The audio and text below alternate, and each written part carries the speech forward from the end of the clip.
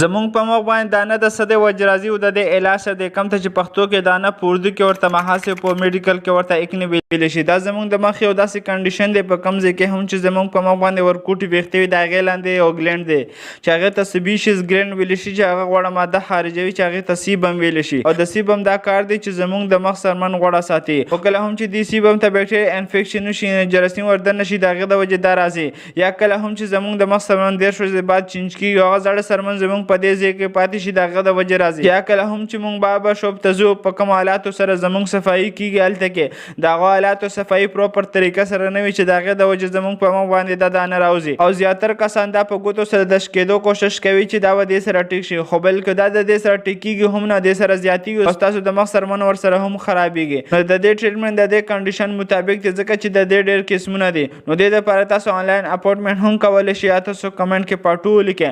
همدغه شان میډیکل انفارمیشن دپاره زموږ سره اوسئ. شکریه. الله حافظ.